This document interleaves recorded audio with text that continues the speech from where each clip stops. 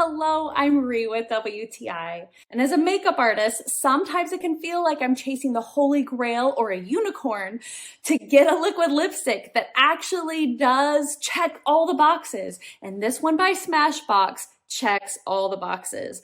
Oh my goodness, it does exactly what it says it's going to do. It does not flake, smudge. I can eat whatever I want, soup, coffee, anything ooey gooey, ramen.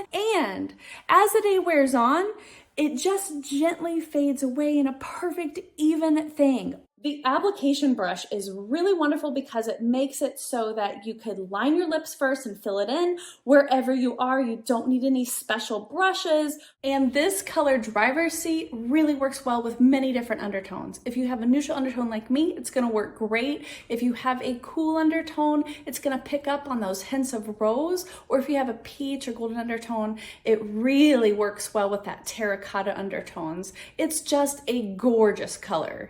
A quick longest wear tip, make sure you exfoliate your lip area first and be sure that the lipstick is thoroughly dry before you eat or drink anything and you're golden. Can you tell I really love this liquid lipstick by Smashbox?